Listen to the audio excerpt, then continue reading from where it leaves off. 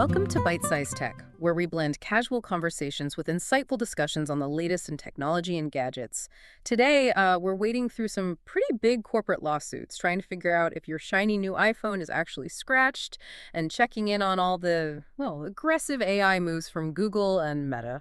It really is a classic week, isn't it? You've Mhm. got these huge technological leaps happening right alongside some, let's say, ethical stumbles. We're seeing major themes around like customer protection, privacy defaults being a big one, and just the ongoing, really rapid integration of AI into pretty much everything. Gaming, music creation, you name it. Okay, yeah, let's definitely unpack this. Where should we start? Maybe with those big companies under the microscope, Amazon and Apple. Sounds good. Let's kick off with Amazon and the Federal Trade Commission, the FTC. They're suing Amazon over Prime subscriptions. Right, I saw headlines about that. It's not just a simple complaint, is it? No, not at all. The core accusation is that Amazon used, and this is the FTC's language, manipulative, coercive, or deceptive designs. Basically, dark patterns. Dark patterns. Mm-hmm. To do what exactly? Trick people. Yeah, essentially to trick shoppers into auto-renewing Prime. You know, the $139 a year or $14.99 a month. Deal. And Prime is huge for them, right? Like massive revenue. Oh, absolutely massive. It generated over, what was it, $44 billion in subscription revenue just last year. Wow. So the FTC saying the sign-up was deceptive. That's one part. The second big charge is about cancellation. They accuse Amazon of purposely building this really convoluted, multi-step cancellation process. The classic Hotel California approach. Easy to check in, impossible to leave. Exactly. Designed specifically to discourage users from actually quitting Prime once they're in. It makes you wonder, though, why risk this kind of lawsuit when you're already, Amazon? Does it suggest they're worried about people leaving Prime? That's a really interesting question, and some of the internal documents mentioned in the sources kind of point that way.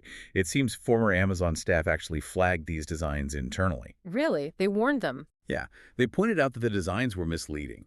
And, crucially, they noted that hitting the company's business goals, those revenue targets, would be difficult if the design was more transparent.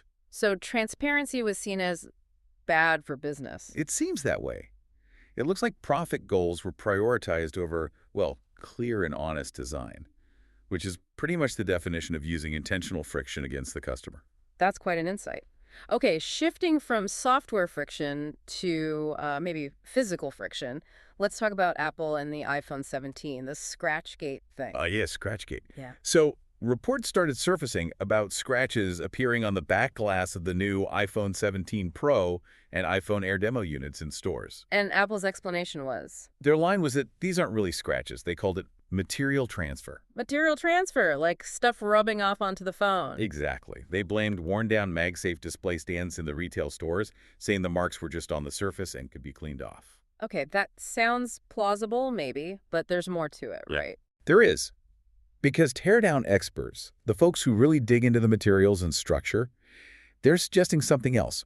They think it might be related to the actual structural design. How so? It seems to be focused on the camera area, specifically the sharp corners on what they call the forged plateau where the cameras sit. The metal bit around the lenses? Precisely. So they did some hardness tests. On the flat surfaces, the anodized coating, that's the colored aluminum oxide layer, held up fine, even against something like a copper penny. Okay, so the main surface is tough. Right, but here's the kicker. When they applied pressure specifically to the edge of that camera plateau, the coating chipped off. It chipped, just on the edge. Yeah, a process called spalling.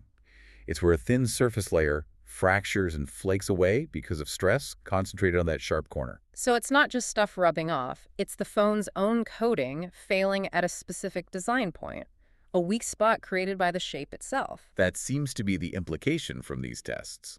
It suggests a potential design vulnerability tied to those sharp geometric corners, not just wear and tear from a display stand. Huh. That's less than ideal. But despite this potential chipping issue, I heard the repairability score was actually okay. Yeah, surprisingly good for Apple, actually. The iPhone 17 Pro scored a 7 out of 10 for repairability from iFixit. A 7? How'd they manage that? Well, partly because the cameras are apparently easier to swap out now, more modular, and the really big change is the battery. Oh, yeah. What about the battery? For the first time, it's in a screwed-in tray. Makes replacement potentially much easier than dealing with adhesive pull tabs. Screwed in. That sounds good. How many screws? Get this, 14 screws, Yeah. just for the battery tray. 14. Okay, maybe easier, but also tedious. Exactly. And that's part of the downside they noted. While modularity is up, you're dealing with 5 different types of screws inside the phone, 5 types, not counting the ones on the outside. right? Not including the pentalobes or Torx Plus you need to even get in. Yeah. So it's easier in some ways, like the battery access, but maybe more complex overall for technicians keeping track of all those tiny different screws. Yeah. And replacing the USB-C port is still apparently quite difficult. A mixed bag then. Right. Progress, Well- but maybe not perfectly executed. Okay, let's pivot from hardware quirks to big software strategy. Google's making some massive moves with AI, right? Huge moves. The biggest one is probably their plan to merge Chrome OS and Android. Merge them, like combine the operating system. Essentially, yeah. Yeah. They're talking about rebaselining the technology underneath Chrome OS onto the Android stack. It's planned for next year. Wow, why are they doing that? The stated goal is all about AI. They want to accelerate AI advancements and create a really seamless experience. So AI tools like Gemini can work consistently, whether you're on your phone, a tablet, or a Chrome OS laptop. A unified AI experience across devices. Makes sense. And are they already rolling out AI features based on this? Absolutely. They're integrating AI much more deeply. For gamers, for instance, they're redesigning the Play Store around AI and launching something called Sidekick. Sidekick, what's that? It's an in-game overlay built with Google DeepMind. It uses Gemini Live, the conversational AI, to give you real-time help or guidance while you're actually playing a game. Like an AI coach watching over your shoulder. Kinda, yeah. Yeah. Imagine being stuck on a puzzle and just asking the overlay for a hint in real time. Okay, that could be cool. What about for non-gamers? Any new AI creative tools? Yep. They've launched Google Mixboard, though it's currently a US-only beta. Mixboard. What does that do? It's described as a Pinterest-style visual AI tool. It runs on something they're calling Nano Banana.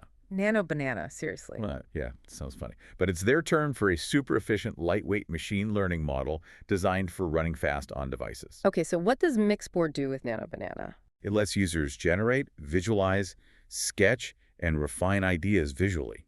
You use natural language prompts like, blend these two images or make this design more minimal. It's for visual brainstorming and ideation.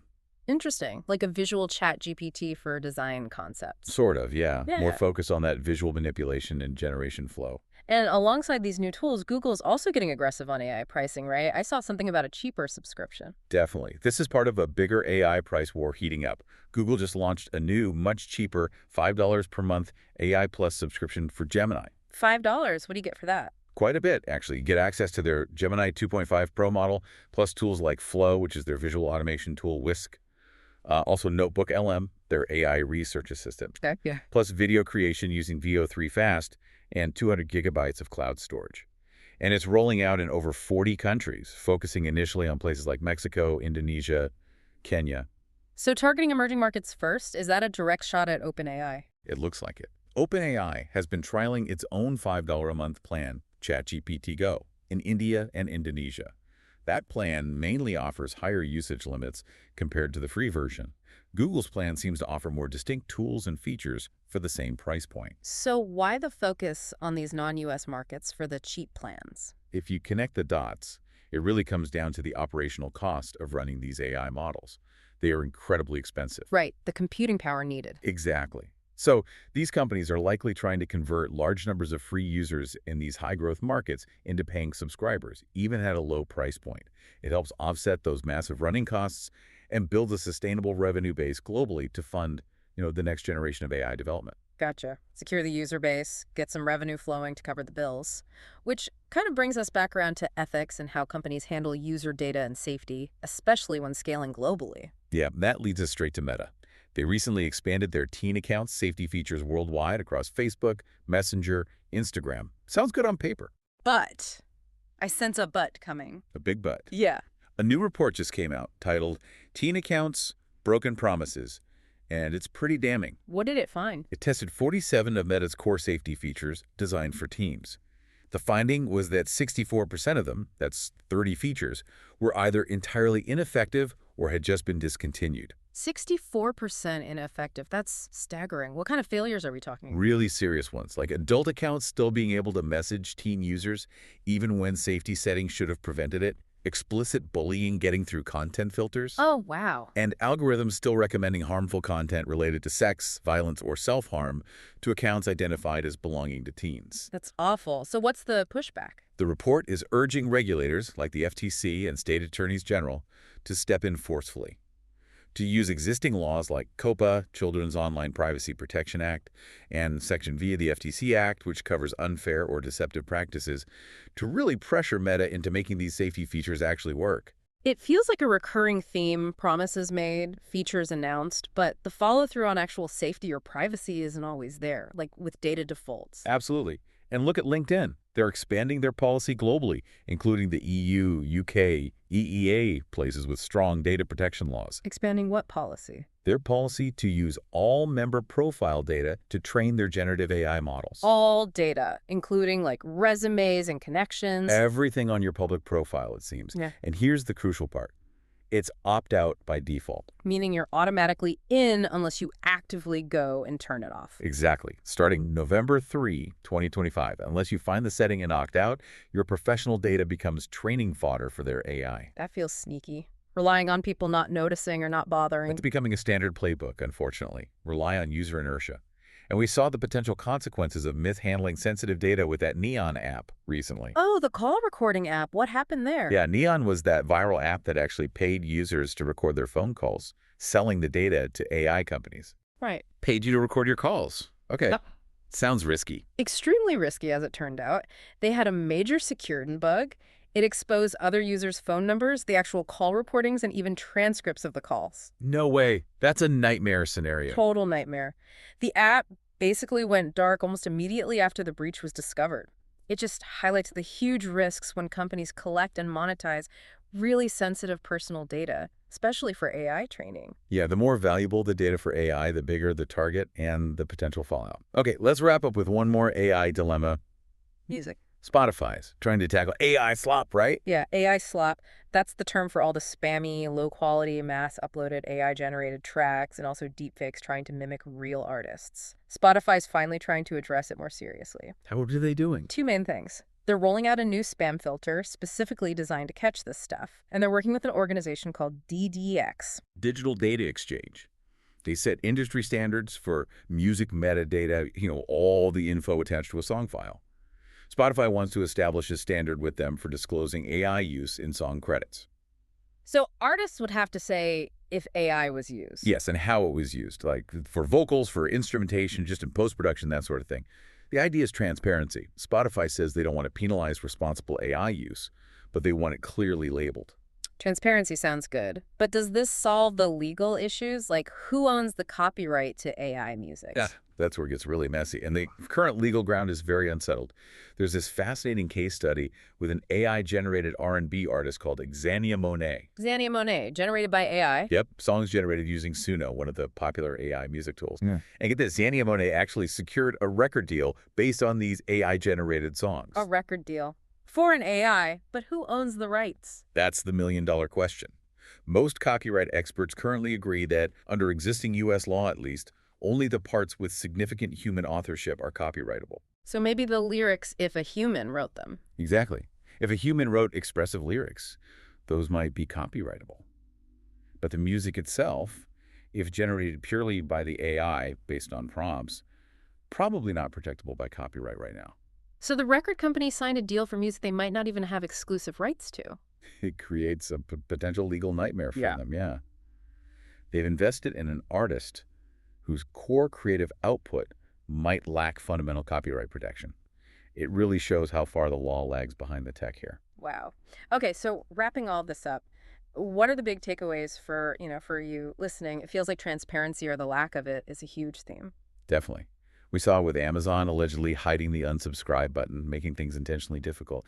That's a lack of transparency impacting your wallet. Maybe even with the iPhone. Apple saying material transfer when evidence points to a potential design flaw related to those sharp corners chipping. It's about controlling the narrative. Right?